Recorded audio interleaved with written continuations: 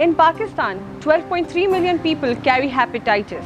Every 10th Pakistani is a victim of it. Dentists can play an important part in prevention. Will Pakistanis take oral hygiene as important? Is there any solution to it? To answer all these questions, we are here at Abrar and Associates to have an interactive session with Capital's best dentist, Dr. Abrar, and his team.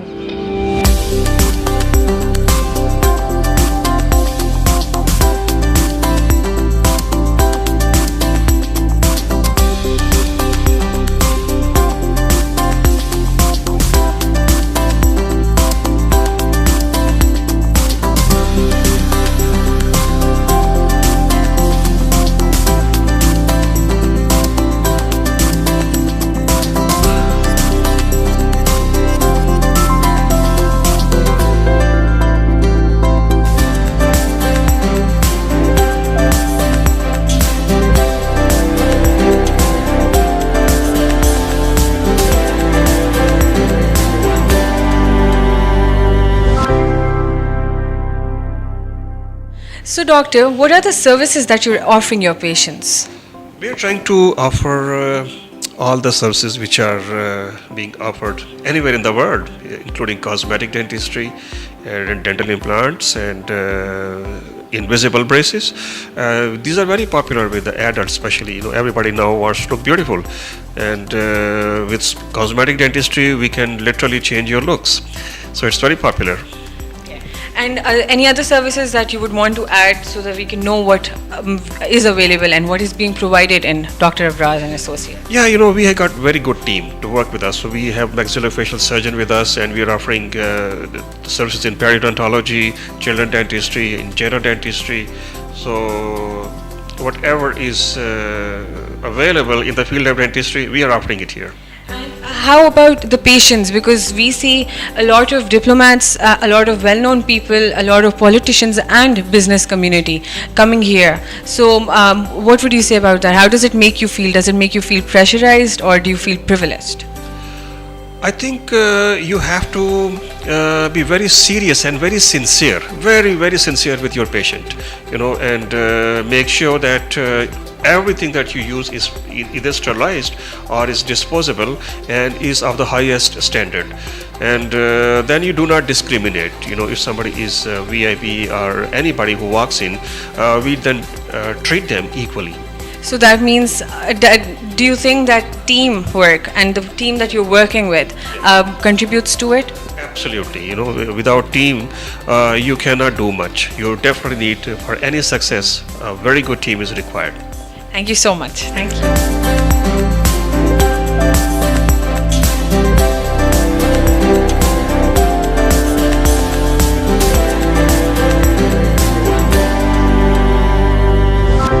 Doctor, what distinguishes you from other dentists? Well, you see, I won't say that, but I think what you actually do is that we work very hard on the patients, and we got a very good team to assist me, and that's what it is. You just have to be very sincere and hardworking, and make plans for the patients as if you are making these plans for yourself. And what is your specialty? We are offering all kind of, all the disciplines of dentistry, ranging from cosmetic dentistry, children dentistry, and, maxillofacial surgery, dental implants, and orthodontics. So we are offering all the specialties. Okay, and will you brief us a little bit about the importance of oral hygiene? Oral hygiene is very important. Whenever I get a chance, I do emphasize on this, that actually 90% of the people, they do not brush their teeth before going to sleep, and that's very important. And we always tell them the most important time to brush your teeth is before going to bed. And in the morning, it's you have to brush your teeth after breakfast. So actually what people do is they do not brush their teeth before going to bed. In the morning they wake up and then they brush their teeth and then have their breakfast, and the effect is gone straight away. So it has to be before going to bed and in the morning after breakfast. So you prefer brushing your teeth before breakfast? No? It's not really, you can just rinse with water and have your breakfast and then, brush your teeth. So doctor, what are the common problems that the patients face? Majority of them do not maintain good oral hygiene. So all the problems arise from food deposits, calculus deposits, and that results in gum diseases.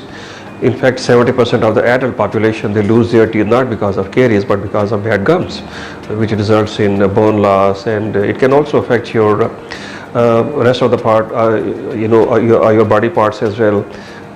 It can affect your heart as well. So you have to maintain very good oral hygiene. This is very important. But other, in children you have malocclusion. They have like their teeth are not straightened, in simple language. So they need braces. And but caries, of course, if you're not maintaining good oral hygiene, you can also get lots of caries in your teeth. So doctor, tell us about the machinery that you're using, since the technology has advanced a lot. We are using the best possible, which is available, and because this is very important that in our field we represent our country, and we should represent in a good way, that people when they walk in, they should realize that in Pakistan dentistry is pretty advanced, and the best, whatever is available, sterilization, our x-rays, digital x-rays, our units and everything. Whatever is, we will go for the state of the art and best possible. Do you feel that due to technological advancement we are lacking behind? Technology is evolving all the time. So what you have to do is you have to keep pace with the advancements, keep attending the courses, continuing education and the workshops, and you must keep yourself abreast of whatever is going on around the world. At the moment, we are at par with the rest of the world, and but obviously there's not much research going on in our country.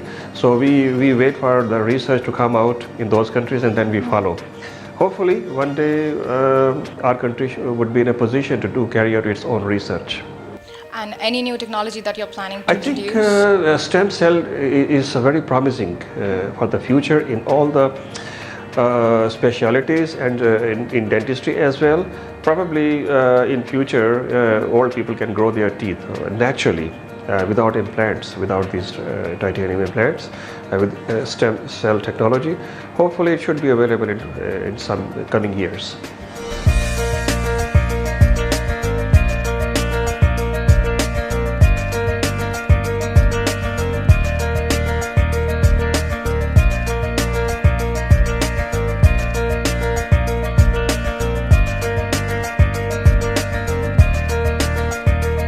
So doctor, any message to aware people? The most important is, of course, maintain good oral hygiene.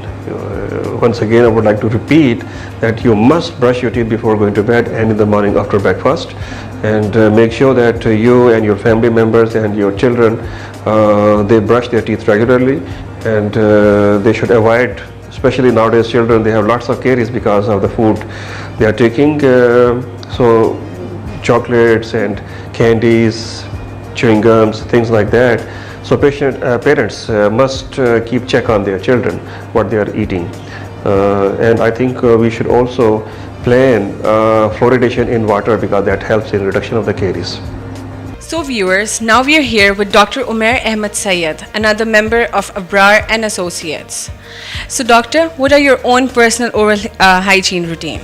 Well, before I became a dentist, my oral hygiene habits were just like the rest of our country. We used to brush before our breakfast, and nobody ever told us that we should do it the other way around. But once we became dentists and we were taught the better oral hygiene instructions, then obviously I have learned to brush twice a day. Once is after breakfast and one is before you go to bed, and that should be the last thing that you do. If you are planning on indulging in snacks or things like that, then you should put off your brushing till you are done with everything. And that is what I tell my patients as well, each and every one of them. And now that we've gotten the number of times you should be brushing out of the way, The other thing is how you're brushing. That's also very important. Most of the people, they just take about 5-10 seconds and they just brush quickly like that. I'm one of those people. And those people long term, they develop problems like sensitivity, and a lot of issues come up as they go along. But if you brush your teeth up and down and with a little bit of roll motion, I think you could save yourself a lot of money that you'll be eventually going to the dentist. What are the main diseases that spread through unhygienic oral practices? Well, in dentistry, you could have a couple of infections that spread if your instruments are not properly sterilized. Most importantly, the one that everybody is talking about is hepatitis C, and that usually occurs when the dentist is not maintaining a proper oral hygiene protocol and not following it. One of the reasons I believe that they don't do this is because it is very expensive, and especially if you're working in an area which has people with very less purchasing power, then obviously the dentist over there, they may have to cut corners just to bring the treatment in the reach of the people. But in the good clinics, we follow the international protocols of disinfection, which includes instrument sterilization as well as surface disinfectants. And hepatitis C is the most common thing that comes to mind when you think about infections in dentistry. Apart from that, you also have other little infections which could be as little as skin infections due to chemical left on the instruments, and it could be a fungal infection as well if you're using dirty instruments. So all sorts of things can go wrong if you're not following proper protocols. Was dentistry your passion, or was it just a profession? I think that is the question that dentists get asked most often. Dentistry initially, yes, it was a passion of mine since my grandfather was a dentist, and I've had a lot of dentists in my family as well. But somewhere in the middle, I gave up my dream of dentistry, and I did my bachelor's in commerce. And after that, my flame for dentistry was reignited, and I again joined dentistry. I was a bit late from the rest of my colleagues, but ever since then, once I entered dentistry, I have had no second thoughts. Okay, when we talk about the sterilization of all the equipment and with that, when we come to the tools and everything, the first thing, as you mentioned, was that over here when we talk about unsterilized equipment, hepatitis is the main thing that spreads. So in Pakistan, with rapid increase in hepatitis, there are a lot of fake dentists. So what would you say about that? There is a reason why there are so many fake dentists is because dentistry is very expensive, like I said in the beginning, and people just cannot afford to go to a dentist. So they generally try to go to some person who can do a very cheap job, and they don't have to pay any money, but they don't realize that it's at their cost. Once they get an infection, they will not find out very soon, and by the time they do find out, it's a little too late, and then it's very expensive medication to fix hepatitis and these kind of infections. How important is it to have a good team when you're working with a lot of doctors? The first thing is that a team is necessary wherever you're working, and if you've got a good boss, then it makes everything very easy. And I would say if you have one boss, then that's the easiest and best job in the world. So are you the lucky one? I am the lucky one. That's what I'm trying to say. Okay. And it's very important that there's a good communication between all the team members, because whenever there's a breakdown in the communication between different members of a team, that is where problems start to occur, and you have misunderstandings, and protocols don't get followed. So you need to keep your team very tight together. Yeah. Thank you so much. You're welcome. Thank you.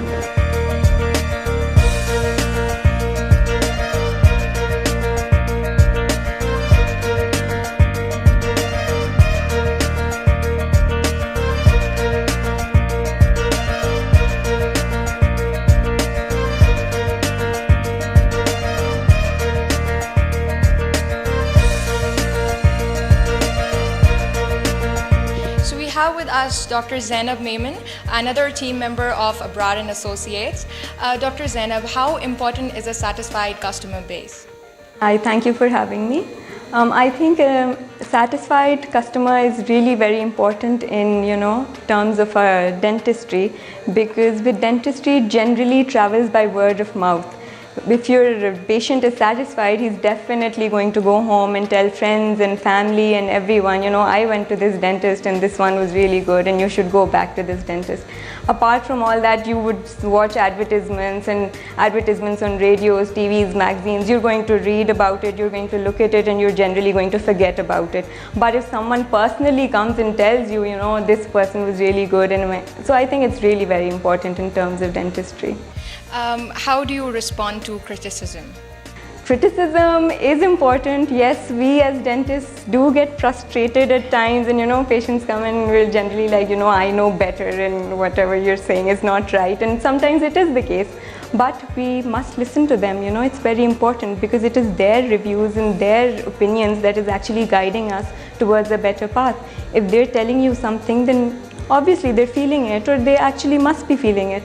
So obviously it's very important, and the patient is always right. And every dentist should remember that the patient is always right. So criticism is obviously very important, and we do take their feedback always, and obviously we also try to respond to it. So doctor, how important do you think is the quality of your work? Quality is the utmost important thing, I think, everywhere, not only dentistry, generally as doctors and everything. You should maintain your quality in terms, the standards should be maintained. And as you can see at our dentist, at our practice, we've generally tried to do so.